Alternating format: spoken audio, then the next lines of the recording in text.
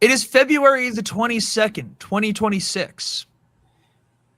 46 years in one day since the Miracle on Ice, and 24 hours, actually more than 24 hours, since USA Hockey once again dominates the world as gold medal champions in the Olympics. I believed in miracles, but there were no miracles that needed to be believed in this year, as we asserted dominance against our foes to the north. What a wonderful day to be an American. I mean, a 3-on-3 overtime. There's something to needing a miracle on that either side. 3-on-3 overtime in a gold medal game is not okay. Not okay. It's dramatic. It makes it's dramatic. You bet. Will Kurt Russell be in this movie? By the way, real quick, Nico, welcome. Thank you for joining us on Dilem-Monday. Great to be on Dilem-Monday. I've been trying to get you on for a while. I'm glad you're here. James, it's great to have you for a second week in a row on Dilem-Monday. It's a beautiful day. It's a great day to be an American. It is a phenomenal great day to be an American. It's not a great day to shovel snow, I will say that. It's a great day to shovel snow. That's the Canadians getting back at us. That was their you sons of bitches, you're gonna. Then they acted very swiftly. Oh yeah, very swiftly. It was quick revenge. So we had the civilian Zambonis, the snow plows going around making shit happen. It's real. And there's a possibility in the middle of this broadcast that I will have to go outside to move I'm having a problem. I'm actually having a problem getting on through Facebook. It took me a minute for it to I have the invite. I shared it, but I have not the ability to. It's not. If you are one of the mutual friends that I have with Craig Riemann, somebody please send him a link. Help this man out, or just view. We love it. We'll say it was for him. Let me see. But yeah, no. So good evening, everybody. I'm glad it's fun when events like this happen conveniently within the rules of Dilem-Monday. Major things need to happen either before Sunday or while the show's going on. Nothing on Tuesdays. Major news is not allowed to happen on Tuesday. Wednesday is fine. Wednesday through the rest of the week is fine, but it is really important that the Olympic Committee decided to make sure that the Olympics stayed Sunday to Sunday so we could cover it clearly. Obviously that's what they're thinking. You should just rename this podcast to Nothing on Tuesdays. Nothing. So does anyone remember? Can you try and send me that thing? Because seriously, I did send it to you. It's not working. Well, that's Jesus Christ. I always make the same joke, but when you're like on a plane and they tell you if the masks were to ever come down that you should secure your mask before helping the person next to you. All right, I'm on the YouTube. You secured your mask and you're helping the person next to you. I thought I was in the middle of securing my mask until this person asked me to secure his mask for him, and he scares me. So, well, there we go. It's now on your page. God bless America. Okay. Well, I'm on YouTube watching it, so. Oh, well. No, because you sent me a YouTube link. I sent you a few links, but Okay, never mind. It's all good. It's Can I all share good. it from Netscape? Actually, it's only available on Firefox. Thank you. Hang on, I gotta wait for 20 minutes of updates. Yeah, no. Oh, Whatever. God. I'm watching it from there. Can you imagine But, if we had to do this on like Internet Explorer? Rest in peace, Internet Explorer. By the way, which I kind of remembered wasn't a thing anymore until, but it took a minute. I haven't thought of them in forever. Right? It's Yeah, now. What the hell is it now? Over the edge. Edge. Edge. Haven't thought Yeah, of them as either. in push me over the edge. Yeah. And I on my last computer, I finally just went Chrome. I go to Chrome anyway, but it had the other thing on, and I'm like, just annoying. So, but no, I do want to talk about the game. So, All the for games. well, there's one game that mattered to me, but anyway, and I did watch most of the games. But let's face it, the first few games, the Americans just beat everybody up, as did the Canadians. Well, And also then- the game you're forgetting is the one that you're the only one who was able to watch it. What do you mean? 80. Oh, that game. I'm making a joke about your age if you couldn't tell. Dave was alive, wasn't he, in 1980? I wouldn't have been able to understand Olympic hockey, but yeah, I was kicking around. I was going to say Dave was alive. I was more concerned with string carrots, I think, at the time. No, but so this week, my daughter finally got home. She's been in the Middle East. That's Yeah, she got home Thursday. She had been in Abu Dhabi and Doha and everything like that. So Saturday, Lisa and I went up to Boston and hung out there. But Sunday morning at 9:00, there was only one thing. 8:00, right? 8:00. We turned on that hockey game. We were not leaving that room until various states and various governors needed to put in executive orders to allow for beer to start being served as early as it was in these places. I know the state of New York. Did they do that in America? I know That they they did did. it in Canada. Yeah, like 6 or 7 a.m. Ugh. All their bars were open. Does anyone know how to pronounce the governor of New York's last name? Is it Hochul? I'm not sure. I mean, But I would she- call her a yokel, but that would be don't make me get my bell out. But yeah, no, she put in that she would allow for beers to be served before 8 a.m. On Ugh. a Sunday. on a Sunday. Which But wait a God minute. bless. In New York, you're allowed to. I don't know if at a bar are you allowed to start serving before a Yes. certain time. Yeah, in New York, you're always allowed to drink whenever you felt like it. You I could don't go to know. the dairy barn at midnight and go get a beer. That was the problem. Listen, maybe I don't know. Maybe she was trying to fight if there are certain counties that didn't allow for it. No, it's the effort that counts for me. Okay. It's putting in the effort to ensure that no one can deny a grown man his 7:45 a.m. IPA. Why do you have to just annoy me with your nonsense long? You chose to have children. No, actually, your mother did. I just Takes two couldn't to say tango, no. baby. Takes two to tango. That's one way to do it. Yeah, I wasn't very good tangoing. Oh man. I'm not gonna I say could it. never. I And could. that's why I You turned know, out the way I did. the woman. I wasn't gonna it's say just- it. Have you ever had to dance? Like you learn how to dance. The woman is always right. Now, why would I want to learn something like that? I don't agree. I'm a Grateful Dead fan. Man smart, woman smarter. Yeah, well, needless, you don't have a girlfriend, so Clearly, they're smarter. Perfect pre-marriage advice, by the way. That's right. The women are smarter. And I apologize that it's taking me like God knows how long with this today. I don't know what you're even doing. What are you doing? The sharing of. Oh, okay. I But couldn't no, like the link let's- didn't come up as readily for me. Either. Something Yeah, said- it took forever today. I don't know what it was, but like blame maybe- Canada. Blame Canada. Blame Well, Canada. Actually, let's start off with blaming. Yeah.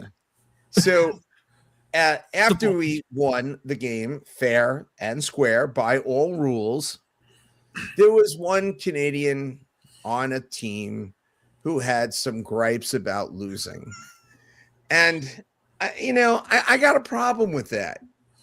If you lose, you lose. And if you have some thoughts that you were the better team, well, you should have won. And you shouldn't have had to wait to overtime. And by the way, the last 2 games you played ended up in overtime. And if you're that good, you shouldn't have gone to overtime. So when when I played ball in anything, if I coached in anything, if someone beats you, they beat you. Get them back next time. But don't with the sour grapes. If you watch the game, clearly anybody knows we were the better team. No, you weren't. You lost. You went against the hottest goalie in the world, and he shut you down. I absolutely you lost. Response. I hate that response. Like, we were the better team. I'm like, well, you should have fucking won the game then. So Nico, you're joining us tonight as the what's the phrase I'm looking for? The Dark horse. You called him an expert. Well, besides just the expert, the wild card, the alternate voice, the other opinion, the rebuttal. I think I'm defending an entire country because I was. There's only 30 million people in the whole country. It's smaller than California, so don't worry about it. No, go ahead, Nico. I'm going to be nice to you. So I didn't actually read McKinnon's comments. I heard about it from my dad. Heard about it from you when I got here. Yeah, kind of a dumb cornball thing to say after you lose a gold medal game. The first half of the first period and first half of the game, for real, USA was the better team. Their forwards had so much jump. USA was the better team. But about halfway through the second, I think when Canada got that 5-on-3, the whole thing turned. Canada got a million. I think they outshot them, 40-20 something. And it was like they had like a 10 or 15 shot. Yeah, they weren't really planning on having 1972 Ken Dryden in net for Team USA, but they did. Yeah, right. Oh, yeah. And I thought I was gonna. You got it, Corey? I thought I had it, but oh, there we go. I thought it was gonna be a lot smoother than this. That's a thing I say often in my life, I feel like. Don't want to know about your problems, but no, it was. That's lame. So I thought that was gonna, yeah. The quote, the main part, you be the judge of who is the better team today. That I think we all did. That seems like such like a spoiled child response, and also McKinnon's on the Avalanche too, who constantly win. By the way, everybody. So I'm not used to losing. He's really not. They've lost like 9 games all year. Yeah. Terror out of Colorado there. Not like, super terror, but, enough of a terror. And it never matters, though. Like, that's like in a boxing match. You won 14 and a half rounds. Well, it's these days. You won 11 and a half rounds. And in the last 10 seconds, you got knocked out. You lost. You got knocked out. And that's what the overtime is. And unlike Chumbawamba, you did not get back up again. I have no idea what you're talking about. That really scared me. I get knocked down, but I get up again. I stand that song. It is a horrible song. It really is bad. But the band is crazy. Chumbawamba. How do you forget a band named? I can't now. Yeah, right. Chumbawamba. No, but it doesn't matter how you play the game. It doesn't matter if you're winning the whole game. It doesn't matter if you're beating the daylights out of somebody. If you lose, you lost. It's just that simple. And especially in hockey, how many teams have had, you mentioned the Ken Dryden, listen, he was phenomenal. He beat one of the great upsets of all time, 7 games, and he won. His team didn't win. He did. He didn't give up any goals. But the hot goalie wins. Hot goalie and you know what? Always wins. Yeah. And the Canadian guy did great. Good. He was fantastic. Hey, it was truly the case in the women's game. What? Hot goalie won. Oh, boy. You really shouldn't talk. I know this is your show, but it's just... Go play Chumbawamba. But no, I mean, traditionally throughout hockey history, the hot goalie usually wins. Oh yeah, absolutely. You know, so I just don't understand the statements. But you know, let's go to the positive sides. How do you like the two brothers? You go to overtime twice, and two brothers score the winning goals. How cool is that?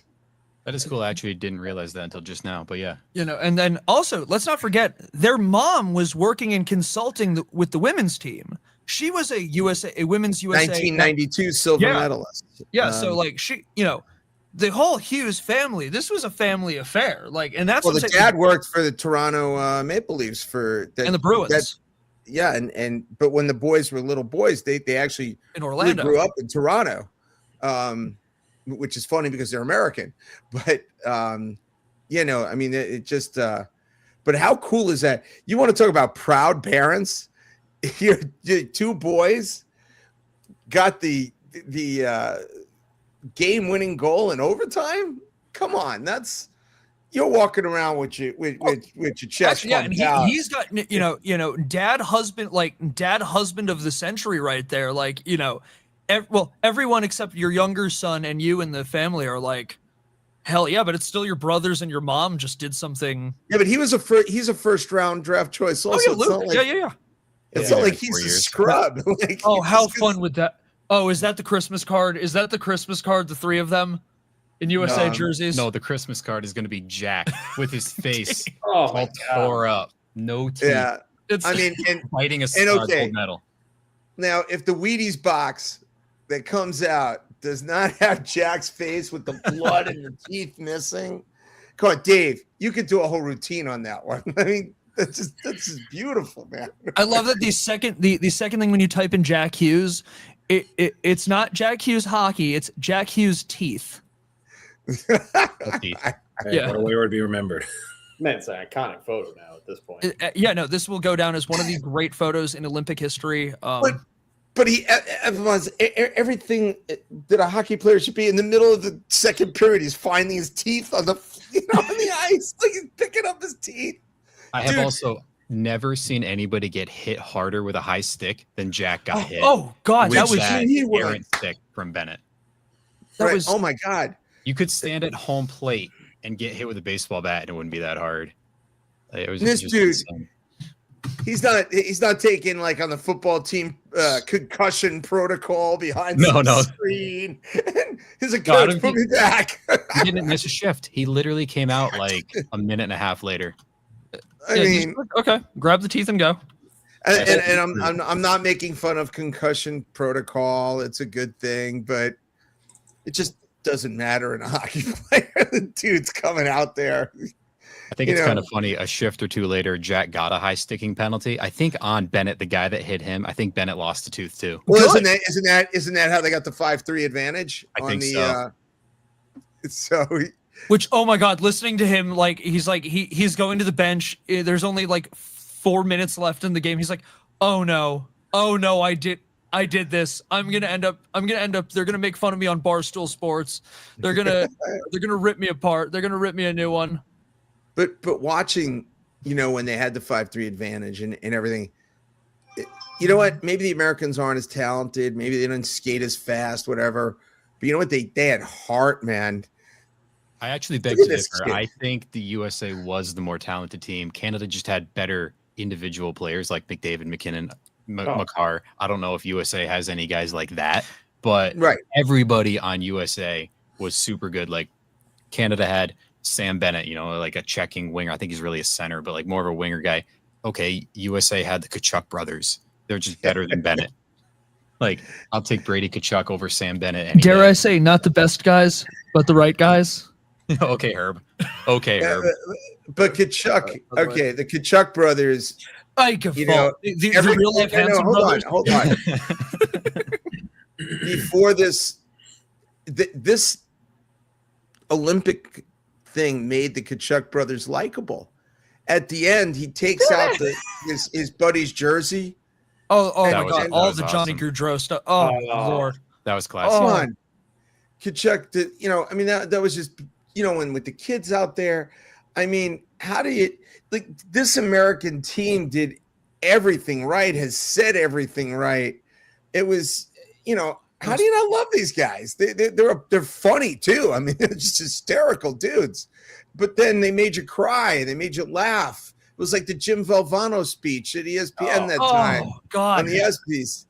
Yeah. Make you laugh, I'm make not you cry, you know. I have stage 4 cancer and they're telling me to wrap it up. No, I'm going to keep going. Yeah, right. No, but Jimmy V from Seaford, Long Island. His father was the coach of the Seaford team. But anyway, did you know him? Meet him? Encounter him? I knew his dad. I'd met his dad. But Jimmy V was. But in any case, again, as you mentioned, I am the only person who watched the 1980 championship, and you got to understand at this time, this was America was not in a good place. We had the oil shortages. Russia had just invaded Afghanistan. Hostage situation. The hostage situation in Iran, where they came in and took our embassy, and really 47 years later, we're still in the same place. It wasn't the best moment. And before the Olympics, the then president, Jimmy Carter, wanted to not go. He eventually did not. I mean, he wasn't going to go to the Summer Olympics, and told the Russians ahead of time, we are not going to your Olympics. But the Russians said, well, we're going to come to yours so we could kick your ass. And if anybody saw the movie Miracles, you'll remember that part in the movie, right? Where they're concerned that the Russians weren't going to come. And then at the end you find out they were coming just to show that they're far superior to the Americans. They hadn't lost a game in 12 years. And they wiped the floor out of I remember watching the Rangers get destroyed by them. And the NHL, and everybody, the Russians came over and just were killing us. And then right before, what was it, a week before the 80 Olympics, they beat us. I think it was 10-3. It was an exhibition match because they did it. It was a 62 game total. They played a lot of games. Yeah, Team USA. It was like 62 games, and the last of which was the week before the Olympics started. And yeah, it was against the Russians, and they got pummeled. And the scene that's depicted in the movie there, the game in Norway, everything that happened in that film from all of the interviews, he made them go out and start skating suicides back and forth because that was real. You asked. Oh no, that had nothing to do with that. That wasn't the week. That was a man. Yeah, but that was at the beginning of the whole thing. That had nothing to do with losing to the Russians. Well, no, but it just the whole fact that they were we were talking about the week before the Russians. I'm like, what are you talking about? That was at the very beginning of the workout. These guys were not like I don't think they realized. I think Herb Brooks was the only one that realized the magnitude of the situation at hand, and then eventually, they play the Russians that week before, and they're like, well, Jesus Christ, we're gonna have to get our together. And I think what happened that day was, even though they lost 10-3, you know what they saw? They didn't skate faster than them. I think they realized that they were in better shape than the Russians at that point. And they got the feeling, even though they got their butt kicked, I guess if you want to give the Canadians some credence, yeah, they beat us, and they might even be a bit better players to that respect. But you know what? We skated faster, and if we play the right game and we listen to coach, we can beat them. Even losing in that game, I think it gave them the confidence and the ability to win that game. It was the fire under Jim Craig's ass that he needed too. He played poorly, and the scene when they play the Soviets the first time, just when you can hear the call, he shoots, scores. It's just zooming in on Craig, just looking up at the sky. Yep. And you know what? I think we've all had, whether it was in sports or it was at work or something, and you had a bad day and everything went wrong, and you went home and you might have beat yourself up a little bit, but you said that's never going to happen again. That will never happen again. I know I know in sports that's happened to me. I know I remember in a sales presentation, I came and I wasn't prepared. and that annoyed the crap out of me that I shouldn't have lost that presentation. I will never go to a presentation not ready to win and not thinking I can win. And I think Jim Craig needed that moment. Corey, when we go to a presentation, it is well rehearsed. It is thought out. Every no answer is thought out. Every possible solution is thought out. And hell, we're there to win. I'm not there to lose. I'm not wasting my time. And I think Jim Craig had that moment. I think Coach kind of said, no, I want that guy that said he would not take the psychology test. I want the guy. There's a reason you're here, and I didn't get rid of you by this point. I think Hellebuck had that moment last year in the Four Nations. Yeah. When, USA had the 3 goalies who were way better than Canada. And Hellebuck played all right, didn't get him over the edge. Bennington outplayed him like crazy in the overtime last year. And then Hellebuck went back to Winnipeg, won the MVP.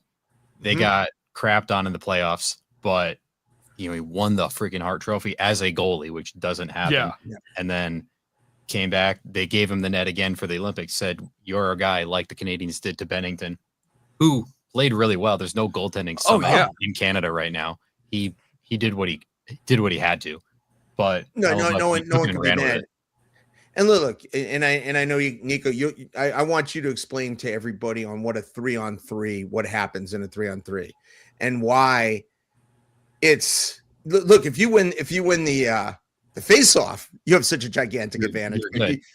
Yeah, why don't you go over it for everybody out there who's not a big hockey fan? So it's all about possession. Yeah, like you said, winning the face-off, paramount. I think the Canadians won the face-off, but they did. You don't want to take any dumb shots. That's why the guys skate out from the blue line, their zone, regroup all the time. Because you take a one-timer, it rings around. That's how you get a 2-on-1 the other way. It's so fast. It's not even like they call it like shinny hockey or something, like pond hockey out there. I didn't say it. Don't worry. It's all good. I don't like it. It's on a comical delay. I don't like it for a big game like that, like in the Stanley Cup final. It's 5-on-5, right? Yeah. Like I love the overtime that just goes on forever. Not too long, but endless overtime. A round robin game, that's fine in 3-on-3. I don't love it for the gold medal game, the medal rounds, but you got to know what you're doing. You can't have bad changes. You got to be really smart with the puck. And go ahead, Corey. I'm sorry. I was going to say one of my big criticisms, I guess, to the criticisms that Canada fans were giving is about this the 3-on-3 at the end. It's like you guys didn't complain when you won the last round 3-on-3. I still didn't like it then. Yeah, true. Yeah, no, but it's like it was like know the style of, because there's times that even in music, like I realize there are gigs I can't use the same gear that I normally would do, or we have a limited amount of time. It's you can't do the same kind of show that you would pull off in a 3-hour show. You need to make some cuts in your set. If you're playing like an hour-long showcase for somebody, or you're being hired, you're in a festival. Your festival set is going to be a lot different than like a regular performance set, and like you have to cut the fat. Some of those jams that you would like to keep going and let people know, we can keep going with this, that doesn't fly. You don't have the sympathy, the general here's my point that you might have in a regular I set. like the 3-on-3 better than a shootout. I think the shootout way better than a shootout. Yeah, I think a shootout's terrible. I do like the 3-on-3 because I like it to be over quick, and I think there's a huge advantage to being an offensive. If you have 3 great offensive players, I think you have a huge advantage. If you have the big scorers, I mean, I would have loved to have seen Edmonton back in the day on a 3-on-3, right? Or even I would have loved to seen the Islanders with Trottier, Bossy, and Gillies on a 3-on-3 with someone. I don't think, whether it was Chico or Billy and Billy Smith in the goal, I don't know if the Islanders could be beat. And so it would have been really cool. So, but I like that. I know some people, the happy medium was the 4-on-4, which was prior to this. Yeah. I could live But with it. if you're gonna go 4-on-4, you might as well just do 5-on-5. Exactly. In my opinion. So I like the 3-on-3, but in any case, Canada had 2 chances to win that. The Taves shot that Hellebuck reached back and grabbed that backhanded picture. Crazy. Insanity. That happened. Insanity. There's no way you know that puck is there. You just reach back and got it.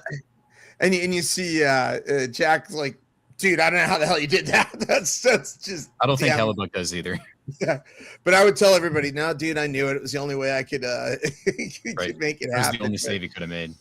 Oh my God, that was so. It went 3-on-1. The 3, they had the advantage coming back on the back side of it. But by the way, just so everyone knows, I'm only showing a few images that I can find online because I know I'm not going to get screwed on it. We can't show any of the footage because I don't feel like getting sued by NBC Universal because they have been monsters. People's pages have gotten taken down over like showing some of the footage. I thought it's just because James works for ABC. People can't share their content. No. They have a tight grip on the footage. Oh.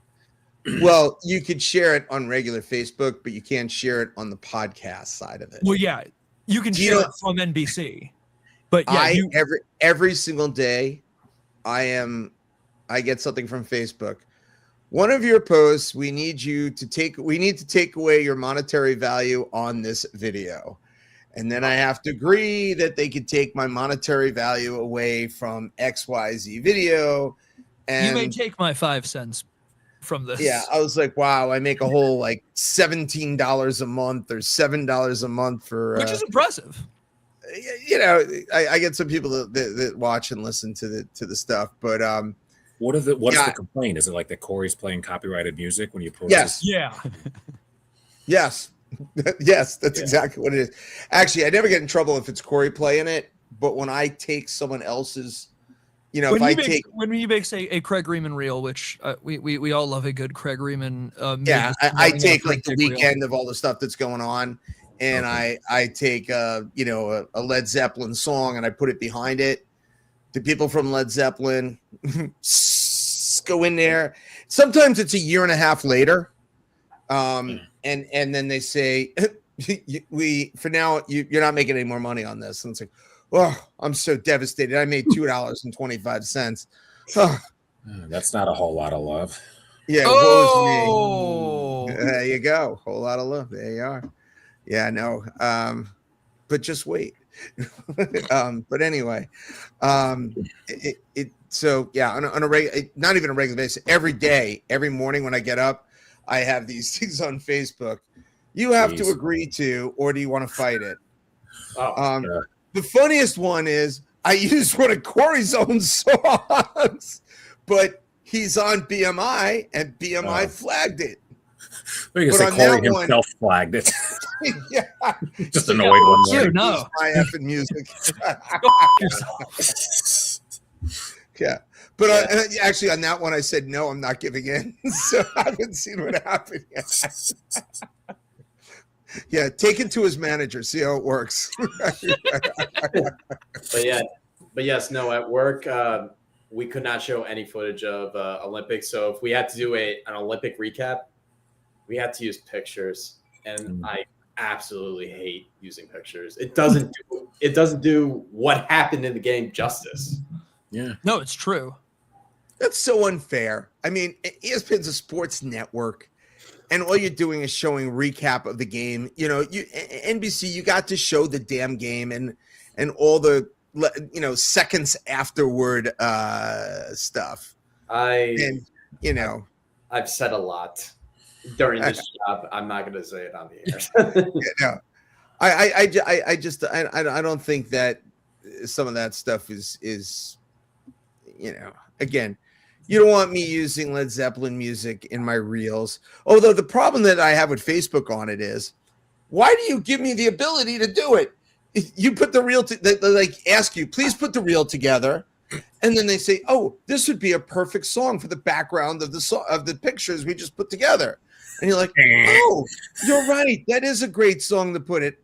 Boom. And They're then a trying to year and a get half you. later, you Yes. tell me that I can't make money on it because I used a song that you told me to use. Like, It's not like racketeering or some Godfather. yes, that is. By the way, was it 1980? Was 1980 the last? I know in the 70s, NBC was doing the broadcast. Then it moved to ABC. What by? No, it was definitely ABC because Al Well, Michaels worked because for Al ABC. No, I know.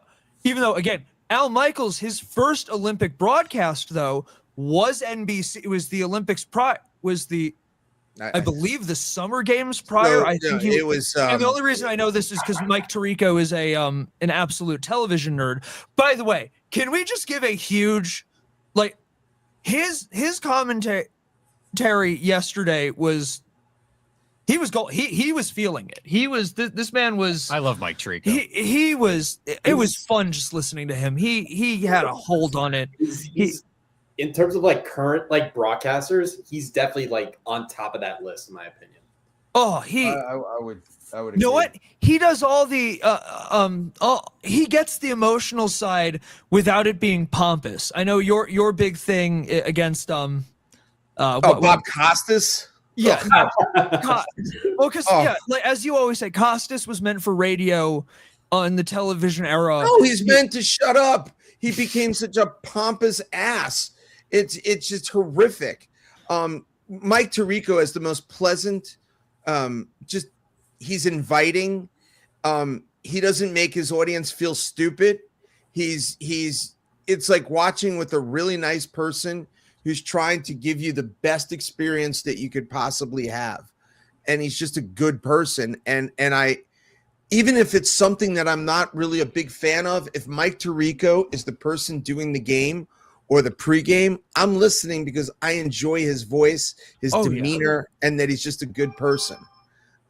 So yeah, I don't think you can have a better. The difference between him and Bob Costas is so vague. It's universally different. Yeah, no, I hate Costas. And I feel like with as Costas aged, he got more and more like because there was some when he was younger. There was something about it. There's something about being a young hotshot versus a. It became Howard Cosell. He even wears the bad wig. It's the exact same thing. Think about it. Come on, we all know that fake hair that he's wearing over there. It's bull. I think Bob Costas is also incredibly biased too. Like, what was it? Because he called a Yankees Royals ALDS series a couple of years ago. He is so anti-Yankee. It's unbelievable. Oh my God! So we're gonna go right back to hockey in a second. But that was his start. That was his pre-ABA start. Right. So that's where I'm going. So there's a series. Dr. J has been promoting it on Soul Prime. Power. Soul Power. The history of the ABA. Yeah, and even if you're not a basketball fan, it really shows what went on in the 70s and 80s and transformed America. World. I was going to say not even the sports world. It was the world. We're talking about the first era, post Jim Crow era of sports. Like we're talking. This is the first time we're talking about guys being on a level playing field and saying, "Nah, this is not. We're not playing by the old rules anymore." And especially the ABAs, we're really not playing by the old rules anymore. So for those who are younger and never saw an ABA game or never saw the red, white, and blue ball, is everybody here familiar with the red, white, and blue ball? Yep. Dave knew. Okay. So the ABA was a rogue basketball league that came out. It's either 67 or 68 that was the first year. And believe it or not, guys, it was $5,000 to buy a team. We could have bought the Dilem-Monday. Yes, the Dilem-Monday, the dilemmas. We could have had everybody wearing the pigeons. It would have been sick. But Pat Boone, the singer, the legendary singer, was one of the original owners of one of the first clubs. And his team actually won a championship. He had a friend that convinced him that it would be a good idea. And Pat Boone laughs at $5,000 lost me at $5 million down the line, but it's like buying a piano. But he did win a championship the first season, so it's kind of cool. He's still living, isn't he? I think he's like in his 90s. Oh yeah, Pat yeah, Boone's healthy. You know, Debbie's still around. You know, but it's a great, really fantastic piece, and it'll really educate you on not just the ABA, but it kind of shows you race relations, things like that. Everything changed really because of the ABA, and you know the goofy suits that guys wear today, you know that you see all the athletes The wearing ridiculous outfits. The ABA was that's how it all started. It was crazy, these guys, and it was a break off league, and the first real superstar was a guy named Connie Hawkins, who was said to have been in a gambling scandal, and he always claimed he didn't do it, this, that, or the other thing. The NBA wouldn't let him in. He ended up on the Harlem Globetrotters for a little bit, and he wasted about 5 years of his career. His first year that he got to play in the ABA, though, he took it to a championship, and then he signed in the NBA and was an all-star for a number of years. But he got old very quickly because he started so late, and he probably didn't take that good care of himself. But great players like Rick Barry, Julius Erving, George McGinnis, David Thompson, George Gervin, the Iceman. I really suggest there's like 4 or 5 episodes. But Bob Costas, to bring up the whole story with how he got into it, Bob Costas' first job as a broadcaster was for the St. Louis Spirit. I think 3 days in, they wanted to fold the team, but it is a true story. Bob Costas, he got his start with the St. Louis Spirit. First major start. Yeah, and he had some of the players on that team were guys like Moses Malone, Bad News, Marvin Barnes, Maurice Lucas. They had some very talented guys with a non-talented team. But St. Louis has a very great story too. The ABA and the NBA, the whole idea was always to merge the two leagues, the ABA and the NBA together. NBA always wanted to crush the ABA. Lots of stuff went down. Eventually, the NBA's Players Association kept it from happening because we like the two leagues. Guys are making more money. They're fighting against each other. So the NBA players actually stopped it at one point. But at the very end, there were about 6 healthy teams. 2 of the teams decided not to go in and got paid not to go in. The one guy, John Y. Brown, who later became the governor, right? Yeah, well, I guess to start off, he most of us would know John Y. Brown because he bought Kentucky Fried Chicken from the Colonel. And he was the guy who made Kentucky Fried Chicken what it was. His wife actually ran the Kentucky Colonels when they won their championship with Artis Gilmore and Dan Issel. I get it. But he made one of the great moves of all time. He chose not to go into the league, got paid not to go into the league, and he bought the Buffalo Braves, who are now defunct. But he made one of the greatest trades of all time. He traded the Buffalo Braves, believe this or not, and James looked this up, for the Boston Celtics. I'm sorry, what? He traded the Buffalo Braves for the Boston Celtics. Holy shit. He also traded his wife in for Phyllis George. So his wonderful wife, who made this great, was his running partner, the team and partner and helped them grow this great business. He traded her in for Phyllis George. Now, another reason, James, you should know Phyllis George. She was one of the original halftime, one of the original football announcers. She was the first female who would be on that stuff, but she was Miss America back in the day. So John Y traded in the nice, sweet wife for the beautiful Phyllis George. But I digress. The St. Louis guys, they made the greatest deal in history of the world. Instead of paying to get into the NBA, they said, no, we're going to let you guys buy us out, but we want television rights to the area. In 2013, they sold their television rights for $600 million. Oh. So a $5,000 investment of the St. Louis Spirit. And this guy's brothers, when he did it, they thought he was nuts. He got his family to invest in this crappy league and this crappy team. Made $600 million. It's one of the great stories in sports history. But look that up, St. Louis Spirit, and how they did that. Or you can ask Bob Costas, and he'll tell you how he really was part of it. And, listen to his bullshit. It was 72 degrees outside as it was happening. I was there. I felt a bead of sweat. One singular bead of sweat coming from the side of my brow under the toupee. It wasn't a toupee yet, though. I could still feel the actual wind coming through my actual hair at this point. It was... Yes. But the Bob, to tie Bob Costas into this part, his first gig, though, before the ABA thing, yeah, it was the actual league that's Slapshot is based on. He was there, so he was traveling with those guys. He knew all those guys. He was the guy that was the criminal, Augie Augustine, that the guy that was everybody was scared of that escaped from like prison that was playing there. He actually knew him. He sat with him on the bus. Yeah, no, and that's great, and it's like you can tell how Bob Costas became Bob Costas, and it's like had he done a few different things, he would be beloved, but he's just not.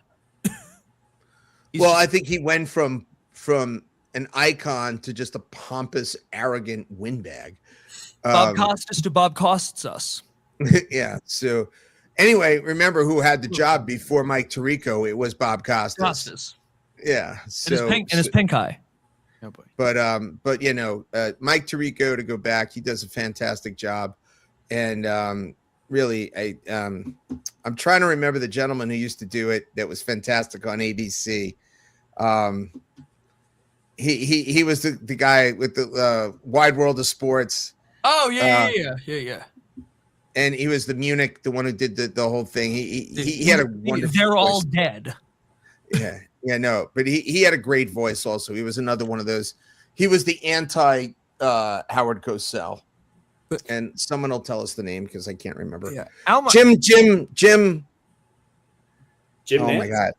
No. Jim Nance. I don't know. It was worth a shot. He's on the 18th green. Yes. It's going. At least he's not a pompous ass. Like no, it's Scotty Jim McKay. Jim McKay. Jim McKay. There you go. Yeah. If I'm not mistaken, by the way, so the Miracle Game, wasn't that only the like second time Al Michaels had ever called a hockey game or something? Like that wasn't his. No, that wasn't his forte. He was a baseball guy. One of his first games. I do. That does sound familiar. Yeah, he had covered, I think, one of the summer games previously, again, with NBC, when they still had it before they lost it to ABC, before it went back. But yeah, that was only the first. He was a hockey fan. He was a Ranger fan growing up. But and yet he By the still way, they had didn't show the that. most iconic call possibly in the history of American sports. And also remember that the games were not shown. Like now they show it twice. They show it when it actually goes, and then they show it at night. They held those games until later. Yeah, that game wasn't live. No. And the whole, it's again going back to the time, the Russian thing, the Iranian thing, that we're not going to the Summer Olympics and everything like that. This Olympics meant something. And this hockey squad, they weren't supposed to win. They were kids. And as the tournament went on and they weren't losing, people started paying attention. And it just kept going on. And then all of a sudden, this unbelievable thing, we're playing the Russians. And, we haven't lost. I think we tied a game or something, but we didn't lose yet. And I remember going and sitting in my sister's old room. It was a black and white TV. I shut the door. I didn't want to be disturbed. I didn't want anybody to talk to me. And I just sat there and watched that game.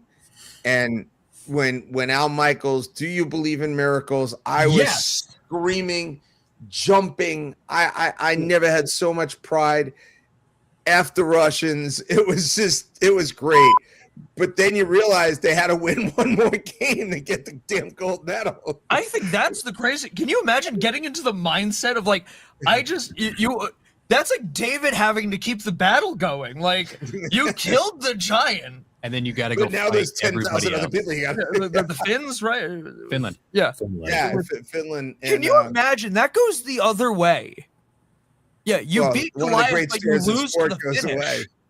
Well, that's always like the 1986 World Series with the Red Sox and the Mets, right? Where it goes through Buckner's leg, but that wasn't the end. That was a whole other game. Yeah, so they blamed Bill Buckner. The poor guy died in like disgrace.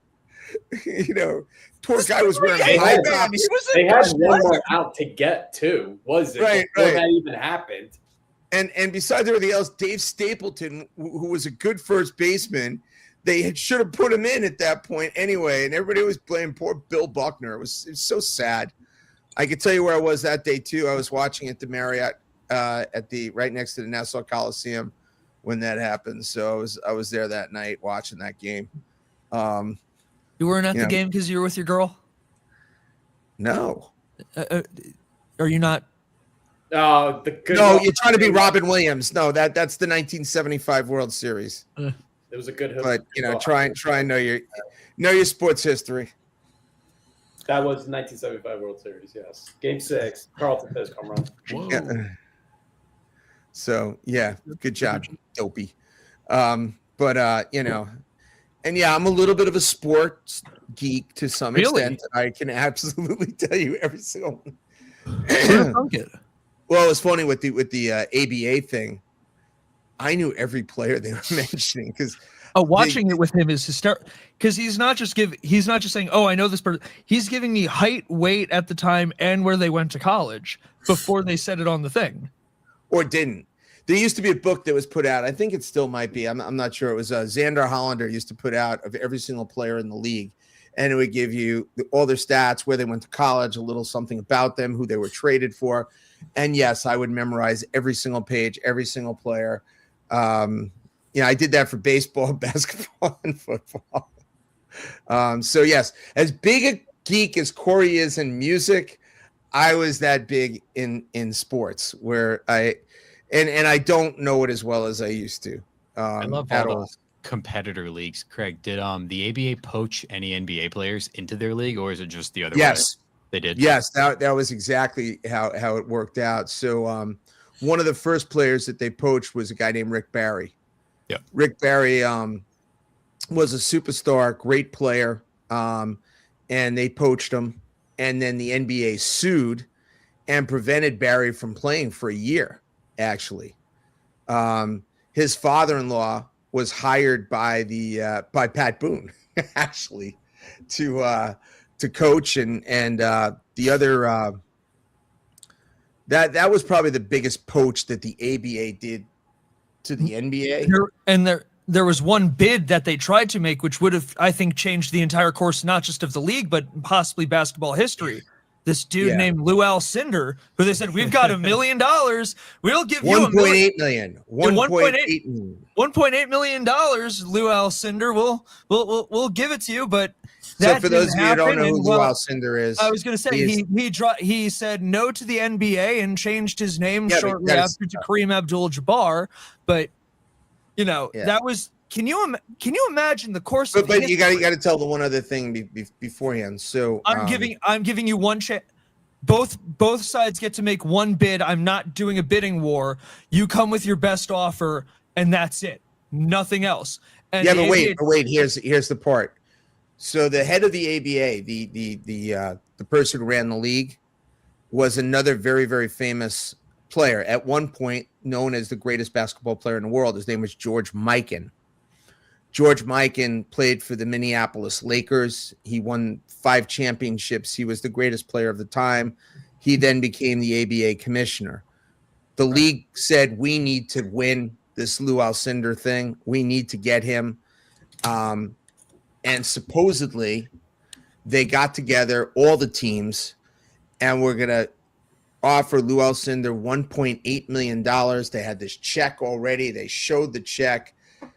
He was going to go to the New York Nets. It would have been Because he phenomenal. was a New Yorker. He didn't want to leave.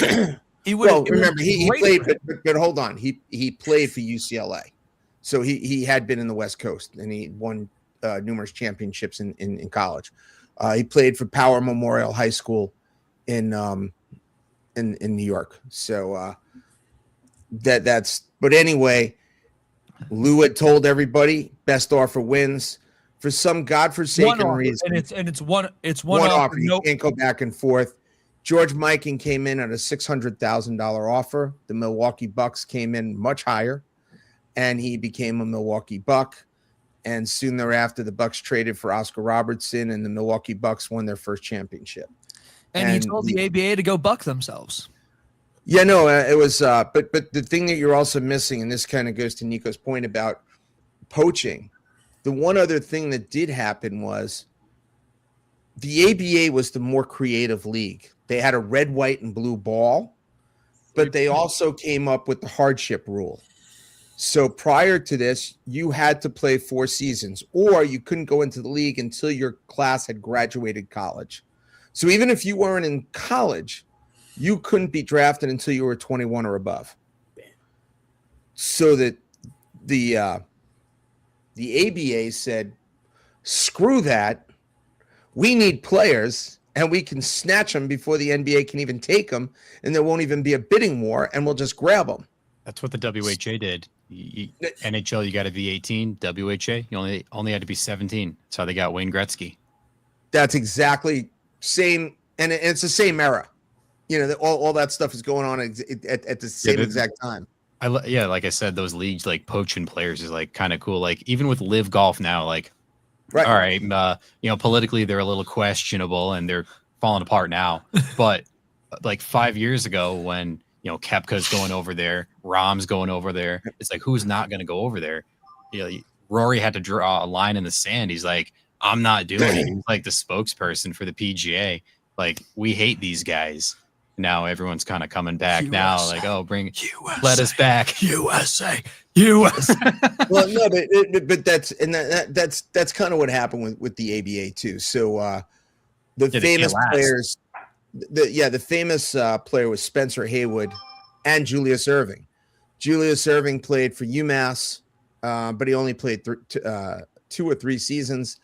And the thing about, they always ask about Julius, like, dude, why were you at UMass? Like, how did that happen? Well, I think he was only 6'1" or 6'2" in high school. So he wasn't even that tall his first year in college.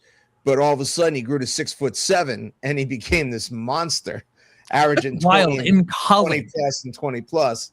So, and then he was taken by the Virginia Squires. And every team in the ABA has like a crazy story. Their best player was a guy named Charlie Scott. So the first year Julius Erving is with the Virginia Squires. They're a fun team. Larry Brown's coaching the team, and Charlie Scott's scoring like 33 a game. Doc's a junior really in college, but he's playing pro ball. He's averaging 27. Right before the playoffs, Charlie Scott disappears. Doesn't even tell the league. He just left. He signed with the Phoenix Suns. He got poached before the playoffs. This guy didn't even stay around for the playoffs. And all of a sudden, Dr. J is now the king of the team. He's scoring like 36 a game. He got him through like a playoff series, and then he ran into the Indiana Pacers, who had like 5 or 6 like Hall of Fame players on the team, and they beat him. But the next year is a very important one. Doc saw the Squires had money problems, and this is one of the great things maybe in basketball history that's not really told. He jumped leagues to go to the Atlanta Hawks. And there's the almost crossover of your favorite player of all time. Well, Mike Bondra's favorite player, mine too, but Pistol Pete Maravich was on the Hawks at that time. So they would have had Dr. J, Pistol Pete, a guy named Lou Hudson, and Walt Bellamy. They played, I think, eight days together in like 3 or 4 exhibition games, and the scores were like in the 150s and 160s. Oh man. the Squires, the NBA said that the Hawks couldn't do this. They didn't draft them properly. This is the same draft, by the way, with Kareem Abdul-Jabbar or Lou Alcindor. So there was a whole bunch of crap that went on. The Hawks didn't draft him. The Squires said he had him. Doc didn't want to sit out a season. He jumped back to the Virginia Squires, who had another young rookie on the team that year. His name was the Iceman, George Gervin. So there's some great players, great stories. And by the way, when the ABA eventually did merge with the NBA, I think 3/4 of the roster on the All-Star squad were ABA ex-players. The ABA was better than the NBA. They just had no money. They had no TV contract. They played in crappy arenas. The Nassau Coliseum was one of their better arenas that my parents, my dad would take me to a game every once in a while to go see the ABA play. There was one Defiant team in the era playing in the Coliseum. Corey, do you miss that arena? So I never actually got to see a game. I never did at the Coliseum. But I miss what happened in there. Let it be known, 46 years ago, the same year that USA Hockey won their gold medal, the Islanders won the cup. And, we have Stranger Things right now and all of these other 80s throwbacks going on. I don't know. Is it our year? Maybe. Who knows? I'll tell you. Maddie Schaefer's going to take you to the promised land. Listen, the boy Prince, the boy King, Matt Schaefer, who is, by the way, Matt Schaefer, if he's not everybody's favorite player right now, it's question. He's just the nicest. So do you think he's the next Dennis Potvin? I think there's a chance. He looks like a Quinn Hughes, Cale Makar type player. Like he was my favorite player coming out of the draft. I wanted the Sharks to get him, win the lottery, get the number 1 pick. I'm like, there's no way the Islanders aren't going to take him. Screw you, Corey. And my God, what a pick! And he just fits in. He fits in on Long Island. He's got the. Do you really think that a superstar player who's like a good kid and everybody loves him isn't going to fit in? Oh my God! And so he's living with Matt Martin's family. And he's like, the babysitter extraordinaire. His kids, Matt Martin's kids, love him. They posted because he's only like 18 years old, right? Yeah. Oh God, he's just. But I'm just saying. Look, the Islanders got Dennis Potvin, and all of a sudden became a championship squad. I mean, Brian Trottier and Mike Bossy and Gillies didn't hurt either. Having Chico and Billy Smith were pretty cool. Look, Goring, Hart, Nystrom. One day soon, we're going to have a Stanley Cup final of your New York Islanders and Maddie Schaefer. And then my San Jose Sharks and Max Celebrini. They're going to be like 20 years old. It's good. Duking it out in the final. So we got a couple of years. No, we have like a year or two. All right, I'm going to make a promise to you. I will go. No matter what the ticket cost is, we will go. I always said, I am deathly afraid of needles. But I always said, if the 5th cup ever happened, you're doing it. Nice little tattoo on my Just remember, I was at the last cup that the Islanders won. Did you commit any crimes while you were there? I heard there was shenanigans going on. There was a possible problem. Allegedly. For those of us who allegedly didn't have tickets that night, there's thousands and thousands of people pushing in at the windows of the Mausoleum Coliseum, and the mounted police were having a problem trying to maintain horses on ice. Crowd. It's like they've seen in Bambi. And all of a sudden, allegedly the windows might have completely collapsed. Allegedly. And as this is the third period with like 4 minutes left in the game, thousands of people are storming. You thought January 6th was something.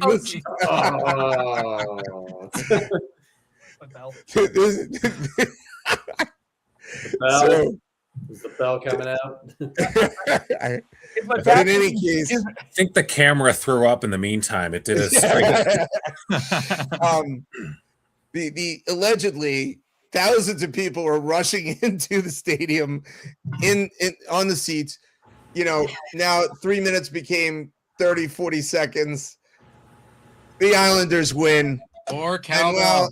And at that point, not the paid ticket holders who have class and are good people, but these lunatics without tickets storm the ice to start trying to touch the players while they had their cups in hand. I did not do that, by the way.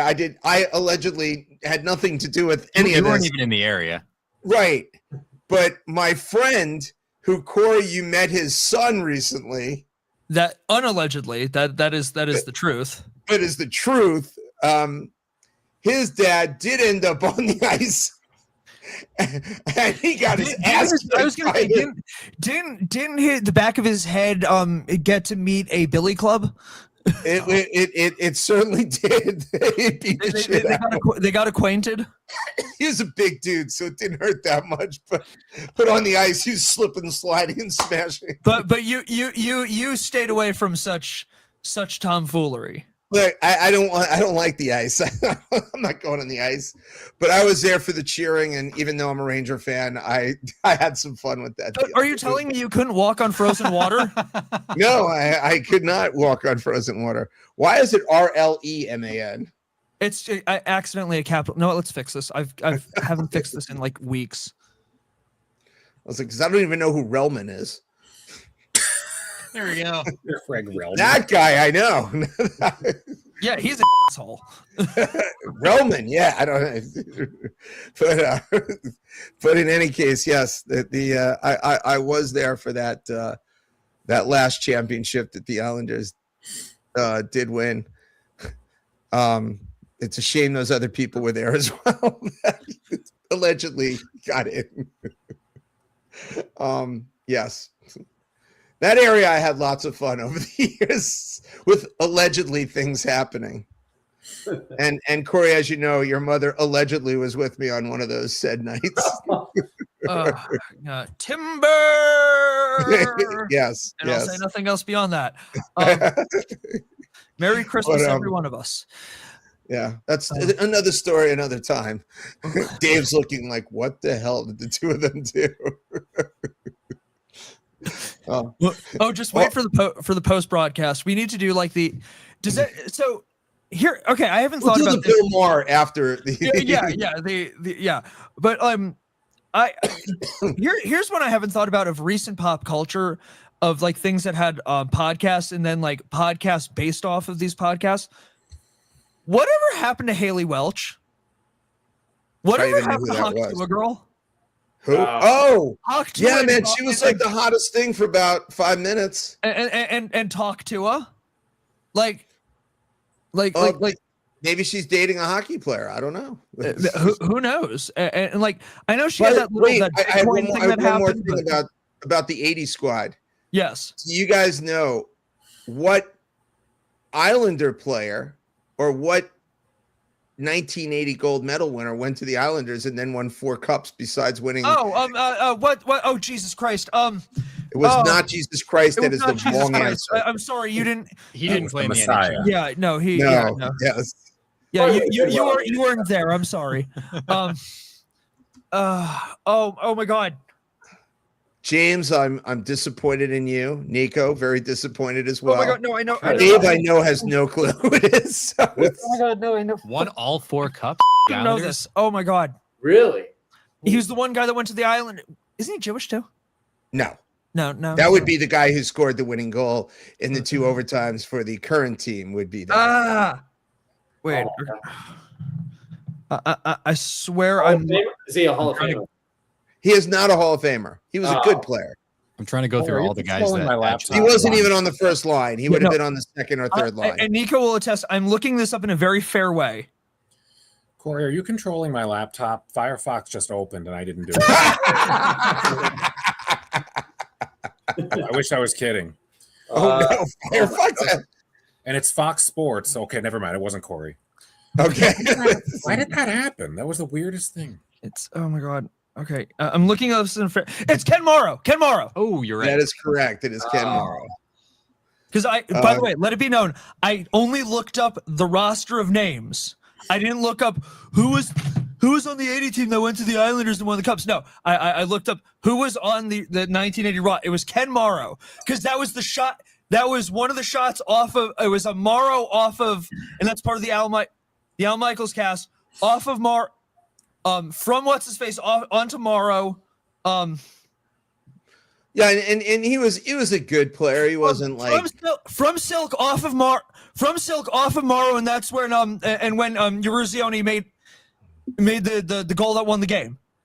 Probably the best player on that team was either Dave Christian or Mark Johnson, of those guys. But Dave Silk said that the way that he was always remembered for the rest of his life in his career was from Silk onto Morrow. Like, people would repeat the broadcast to him. Onto Morrow. Can you imagine when he lost to the Oilers? I was like, wait a minute, I can't lose. I just won a gold medal and 4 cups. I can't lose. That's like that's literally a half a decade of just like dominance. You know, he. By the way, if anyone knows how the OBS bot cameras work to stop it from any other practice, it's great if it's one person. If it's where's that? The camera loves Corey. It doesn't want anyone else in the shop. I've seen this before. They did that when Cliff was there. That's right. When Cliff was there, just wants Corey. It's Master's voice, just like the RCA ads. I have no idea what you're talking about. But the dog in front of the gramophone. How does that relate? I love this very topical reference you're throwing out. It's Master's voice. That's the caption under the thing, because the dog is listening to his master's voice on the gramophone. Are you likening your camera to a? It's just so. I mean, I know what he's talking about, but I don't see how it relates. I would never have thought of that as a reference for the So let it be known on this very hockey themed episode of Dilem-Monday, I am literally taping down the camera to stay in place with a roll of hockey tape. There we go. There, I fixed Look it. at you. It worked. Here's one because he brought it up, and he's going to love that I asked. Don't Google it, Corey. Can you tell me the dog's name? I used to know this, but no, I do not know it off the top of my head. Nipper. My one contribution for the night. But a strong one at that.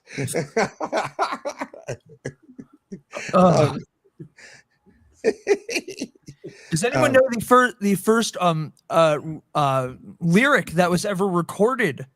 Can we stay on things that anybody cares about? That's just not. We're in the weeds. Was it Alexander Graham Bell doing "Mary Had a Little Lamb"? Yeah. It absolutely was. Mary Had a Little Lamb being. Mary had a little lamb whose voice was way too slow, and everywhere the lamb went, Mary was sure to go. Okay. What's going on? You know what? The only reason I know that, you guys have been to the Mark Twain house. Yep. In as a kid, I think. And Alexander Graham Bell put in like the first telephone like in the country at Mark Twain house. Oh, okay. And they talk about him doing with the Mary Had a Little Lamb thing. That's the only reason. I mean, it's a pretty geeky reason, but I do remember Absolutely that. a geeky reason. That is definitely what's going on there. As I've told you guys before, many times, my mother, as a teacher, we didn't just go to the A places, the B places, the C. We went to the D list.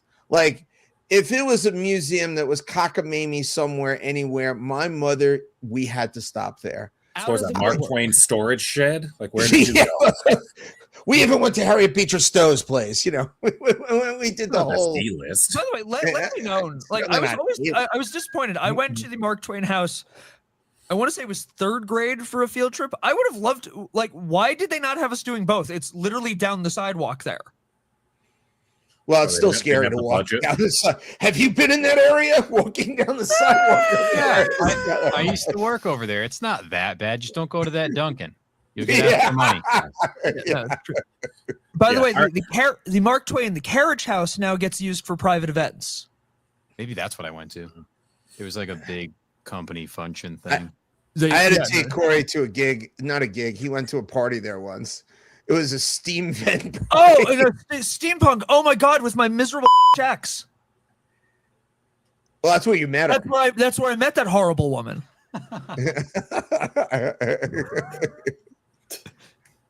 Hey, your choice. I can't imagine dating anybody who went to a steam vent thing either way. But Steam vent was great. May it rest in peace in Winstead. Gotta love that. But steampunk, no, that was a choice. Yeah, not a good one at that. Weirdos. Waste of a year of my Sorry, life. Zach. Steampunk itself is cool, but dealing with her, I can never not associate it with that horrible, miserable. She had been a guest on Dilem-Monday a few times. Frequently, and know what? If she wasn't a miserable, I might have called her for when we Myra were talking died. when we were talking about Catherine O'Hara, yeah. Because she dressed up as Myra. Moira, yeah, day, no, one that was day. that was a good Dilem-Monday episode, despite her existence and being there. You don't seem like you're over it. Not over it. I haven't thought about this miserable woman in ages. God. So Craig Oh had my- to bring it up. Yeah. Yeah, no. Anything I can do to bring misery to Corey is just fun. That was Kathy Bates, not Catherine O'Hara. By the way, I walk upstairs. What is your mother watching for the 9 gazillionth time? Beetlejuice. She's watching The Godfather. I was thinking of Sonny because he said misery. Catherine Bates, remember what she did to Sonny Yeah. in Misery. So, little Kevin Bacon stuff going on there. But no. I'm like, she watches The Godfather. Like she says, I'm bad. She's always watching that show. If it comes on, this girl is watching. Don't take her off. Well, no, we don't make Lisa mad. Everybody thinks she's very nice, but don't get her angry. Her and her daughter are very mean if you get them angry. Craig, are you okay? Blink lights. Is she your number one fan?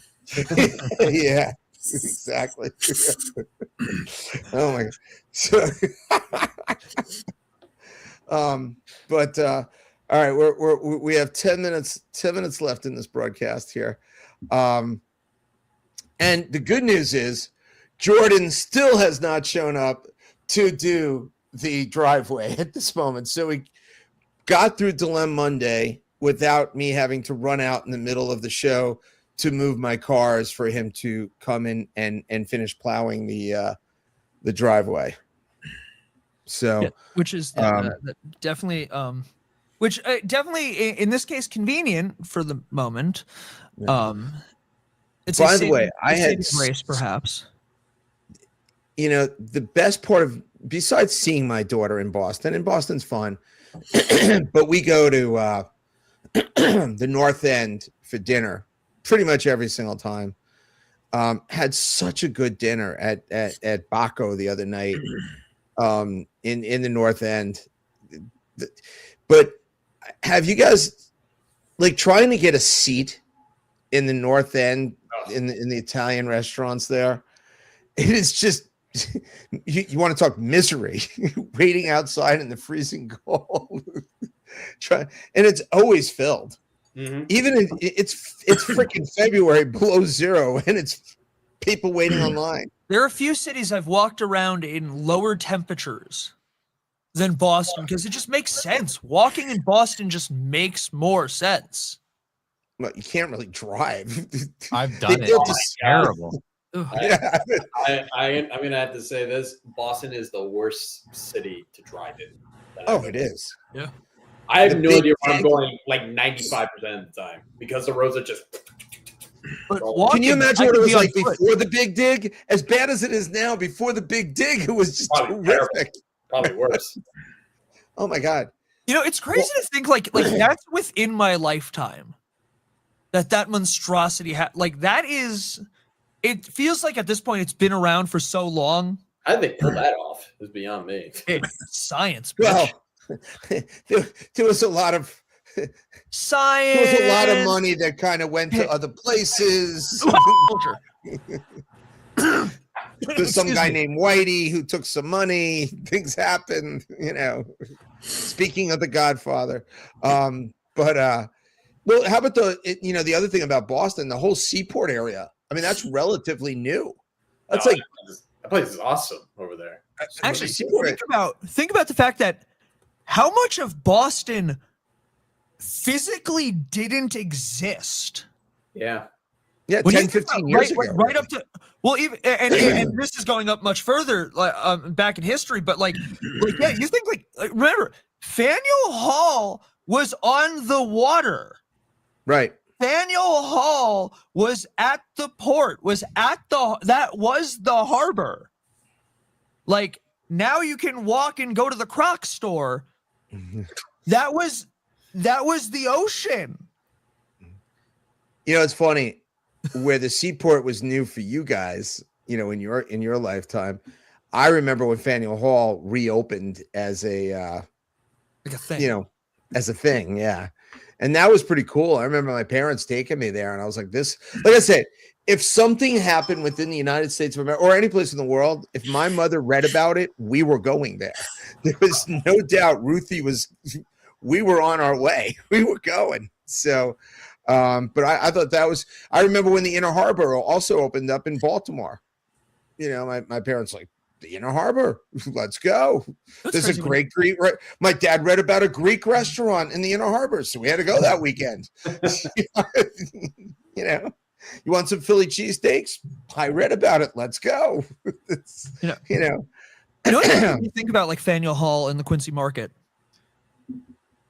How many other places in the United States have been doing the same thing, like functioned as the same thing for as long as it had, relatively, it's always been shopkeepers, people who owned, food, whether it was restaurants or not, but it has been a market since its creation. And that building has functioned in the same way since then until now. How many other places are doing the same thing it did as it opened from that long ago? Have you been to that mac and cheese place? Oh, the mac and cheese place is so good. It's so good. And it's been there since the 1700s. Well, I don't know if they've been there since. I would hope not. Mac and cheese was probably holding back there. Actually, clearly Been there as long as I've been going there. There's the pub in Charleston, which is right on the other side of the bridge, by the wharf there. When you go over the bridge from the north end, there's the pub that's Warren's Tavern. Warren's Tavern. Yeah, that was Dr. Warren's spot. Yeah, was it 1750 it opened, something like that? Yeah. Which is also crazy. Could you imagine a doctor owning a tavern at this point? How about but continuously run since 1750? That was and by the way, maybe at some point, maybe we this is one of those online things. If anyone else would be interested in a Dilem-Monday Freedom Trail bar crawl hosted by tour guide Corey, let us know in the chat. Send me a PM.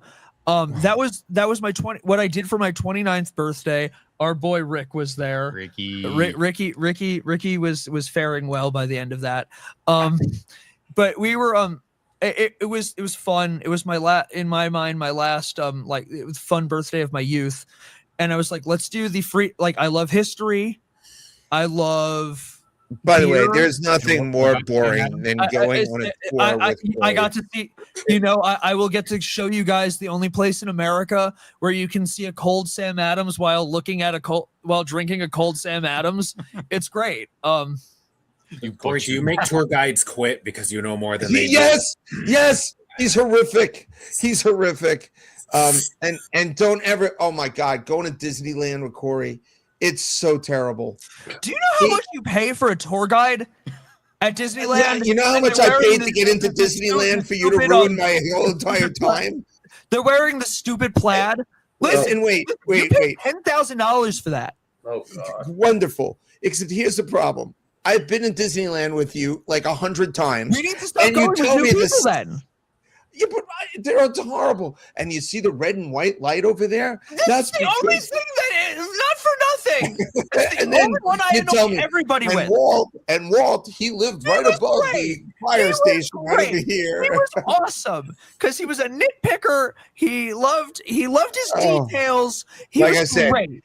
when Corey says, "Hey, let's go to Disneyland," just say no, don't go. I was in Disney World like a month ago, and I was wondering why those people were there walking with all the people. It took me like a few days to figure out their tour guides. You can pay for a tour, and they can get you into like the front of the line. So you're telling me those are 10 G's? It's a lot of money. Depending on how or you go with Corey and he could give you the most in-depth, detailed garbage that no one cared about. I do it in Ottawa. Yeah, listen. Oh, thank God he's never been there before. So like you guys. But the one thing, you guys got to go to the Chateau Le Maire. So yes, Corey and Nico are going to Ottawa next month, coming up very quickly. Literally at this point, it's already the end of this month, so pretty much a matter of what, 2 weeks? Yeah, a couple weeks, 2.5 weeks. I think I told you the story to my parents again. I'm going on a trip there, and all of a sudden we go through like the gated area and you get into the city, and it's pretty cool. You're coming from the United States and you go there and you don't really know what to expect, especially if you're younger. And you see like changing of the guard happening as you're walking by, and it's like, holy crap. I'm sorry about that. That's good. And Corey, then don't wear that jersey. No, I will not be. You're not allowed to bring that jersey, dude. Yeah, no, I will. I'm going to. Like I said, I'll buy you. I love Katy Perry thing, and it'll be good. He's Canadian. No, but she's dating the former prime minister. Oh, that's what you have her there. I was gonna say, you should wear a Terrence and Phillip shirt if you have that. Yeah.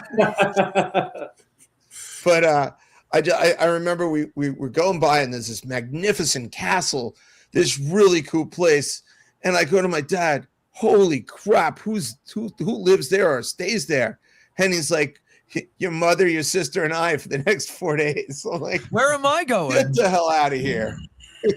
Because as I've also told you guys, on the way to a trip, you stay in the dump, Days Inn, Best Western, leave the light on, Motel 6. But once you got to where you went, mom and dad put you up in the Four Seasons, the Fairmont, and the right way to go. But that was cool. They had the water racing on the side. You watched right from the castle. It's right next door. You saw the changing of the guard.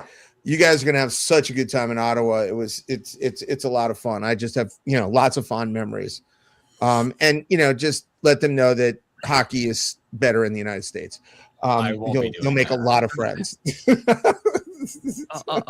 I'm risking it enough with my Mike Bossy jersey, but people appreciate it. You'll be fine. You'll be fine with Bossy. Yeah.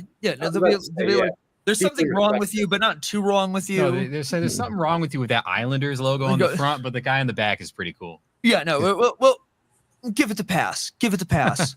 Which, by the way, one of the reasons why the Canadians did not win is because their play in front of the goal that Mr. Bossy was phenomenal at, the best player ever.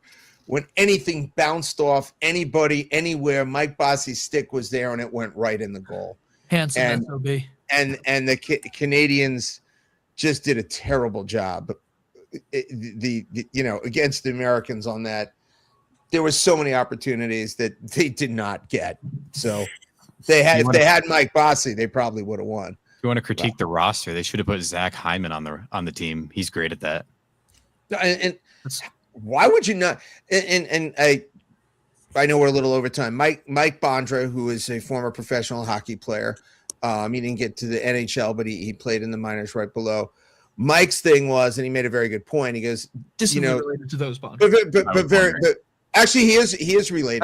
Right, it's distant. It's a distant relative, but they are. It is a relation. But he said the problem with these squads is you might even have the better players and stuff, but to put together the lines correctly in such a short period of time, sometimes you might have the best players, but it's not the best meshing line.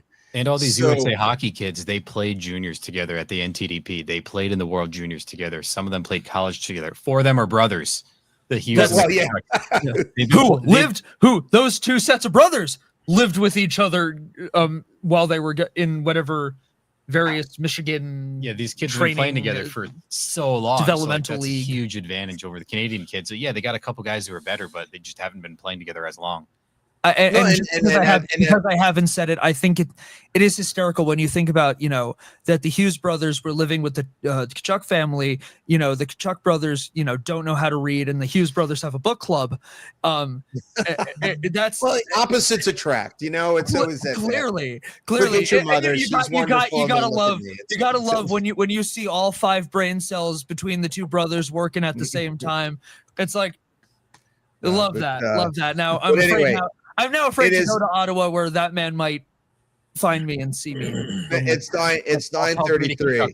Yeah. Dave, what are we pushing? What do we got? I couldn't tell if you said Dave or James. Oh, it's me. It was Dave. All right.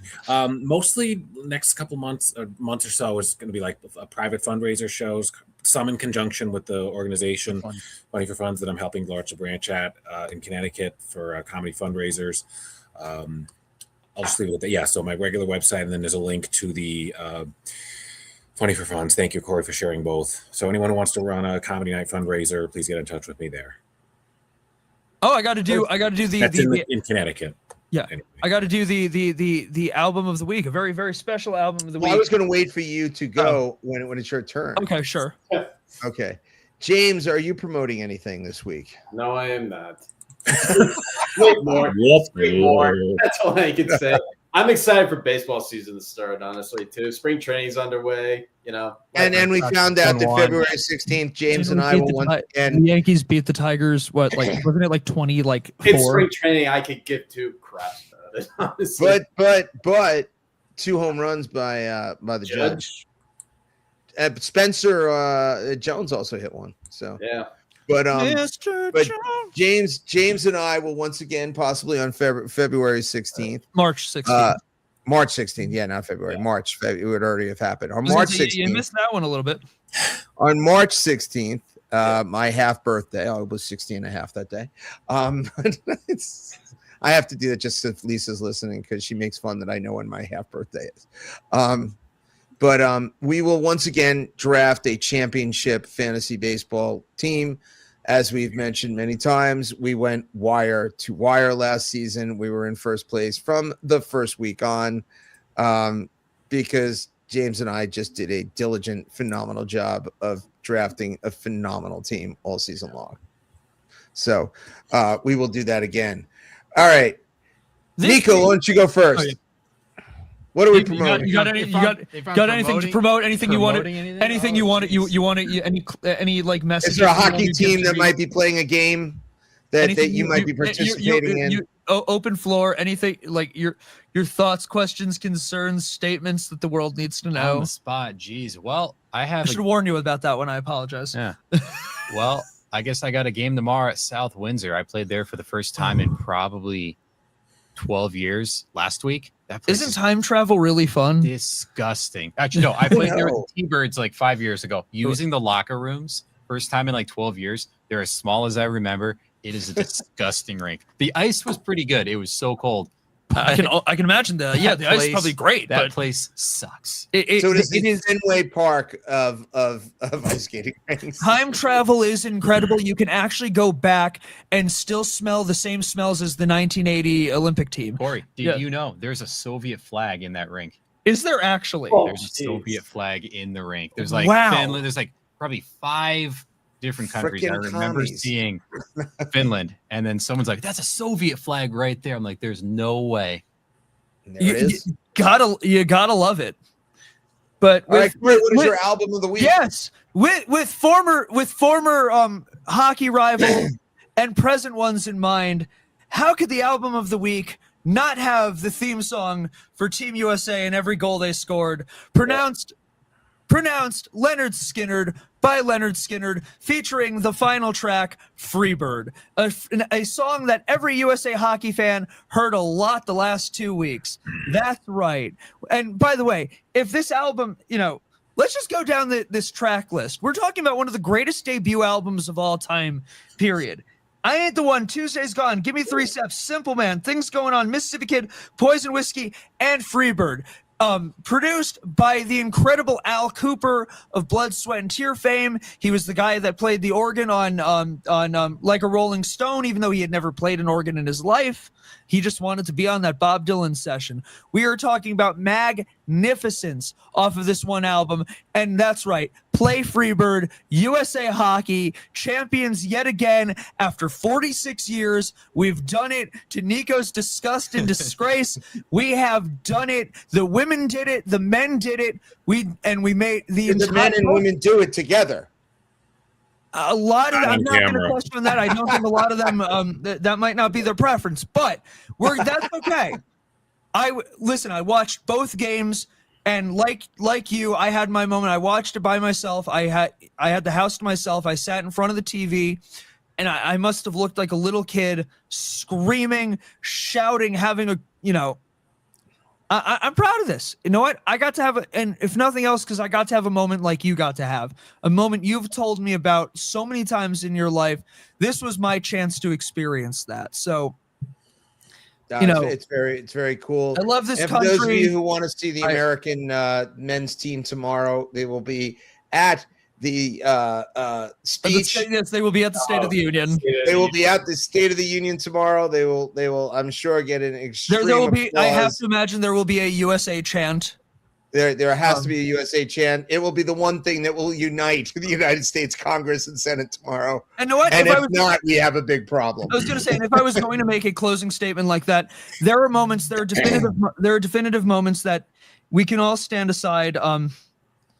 We can all stand aside and say, sports should be the one thing that bring us together. It should never be the thing that divides us. And to have a moment, the men and the women's team, both of them come home with gold. Both of them come home triumphant. Both of them making a statement to the rest of the world that we're the United States. We're America. We're going to make this happen. This is where dreams come true. No matter what darkness might come through, no matter what's going, the ups and the downs and everything, we are here to show something. Just like in 1980 when things weren't exactly, a ray of sunshine. Our hockey teams, in this case, this time teams, said, not today. This is our game. Tonight's our game. Or I guess that morning, that afternoon was our game. You could play it was 10 5 o'clock times. somewhere. You could play them 10 times and they might win 9 of them. But not those games. Not those games. Anyway, Corey, do you know where you'll be Friday, Saturday, and Sunday this week? Friday, Saturday, and Sunday. I will be close to the Canadian border in a great hockey town, one of the few spots that actually always had hockey players. I'll be in Stowe, Vermont, which is fun. They don't know. There's no actual one singular team allegiance. They're technically in New England, but they're closer to New York, and they're much closer to Canada. They're a lot closer to Montreal. Yeah, no, so it's fun. When you go to the Matterhorn, you're seeing a whole array of jerseys. And it's always fun getting stuff. You're wearing a Mike Bossy jersey? I'm like, damn right I am. But we will be there Friday night, 9:30 to 11:30. We will be there for the après ski from 3 to 5:30, and then later 9:30 to 9:30. 12:30. I don't know where you're getting 11:30 from. It's 9 to 11:30. 9:30 to 12:30. That's just when it ends up ending. It's supposed to end at 11:30. No, it's not. But anyway, it's still 12:30. But anyhow, we have a morning, an evening show, an afternoon show Saturday afternoon, and then we have another night show Saturday night. And we're staying in Burlington, so we'll be hanging out in Burlington, I'm sure, Sunday morning or so. And line up this weekend. We will have the great Cody Bondra, and we will have Cliff. We will have Mike, Corey. It'll be fun. And it should be a very, very good time. It will be very cold with a lot of snow. So, but with that in mind, it was another great Dilem-Monday. Nico, thank you so much for joining us. We hope to have you back soon. Yes. Enjoy every sandwich. Donate to your local food bank, and we